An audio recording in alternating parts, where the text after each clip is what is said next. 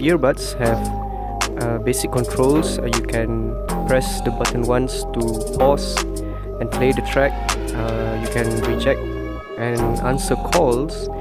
You can skip tracks, and you can also summon your voice assistant, whether it be Siri or Google Assistant or Bixby or something else.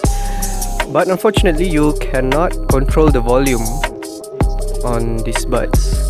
But what I do is I play with my Google Assistant on my Pixel 2, and I call the assistant and ask the assistant to lower or control the volume for me. Yes. I was actually very tired of doing the caption, so I decided to do a voiceover instead.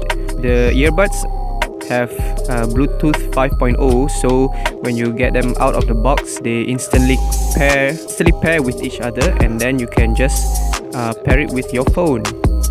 And the connection is quite good. It's quite fast to connect, but there is a latency. It still has delays in the audio because that's Bluetooth.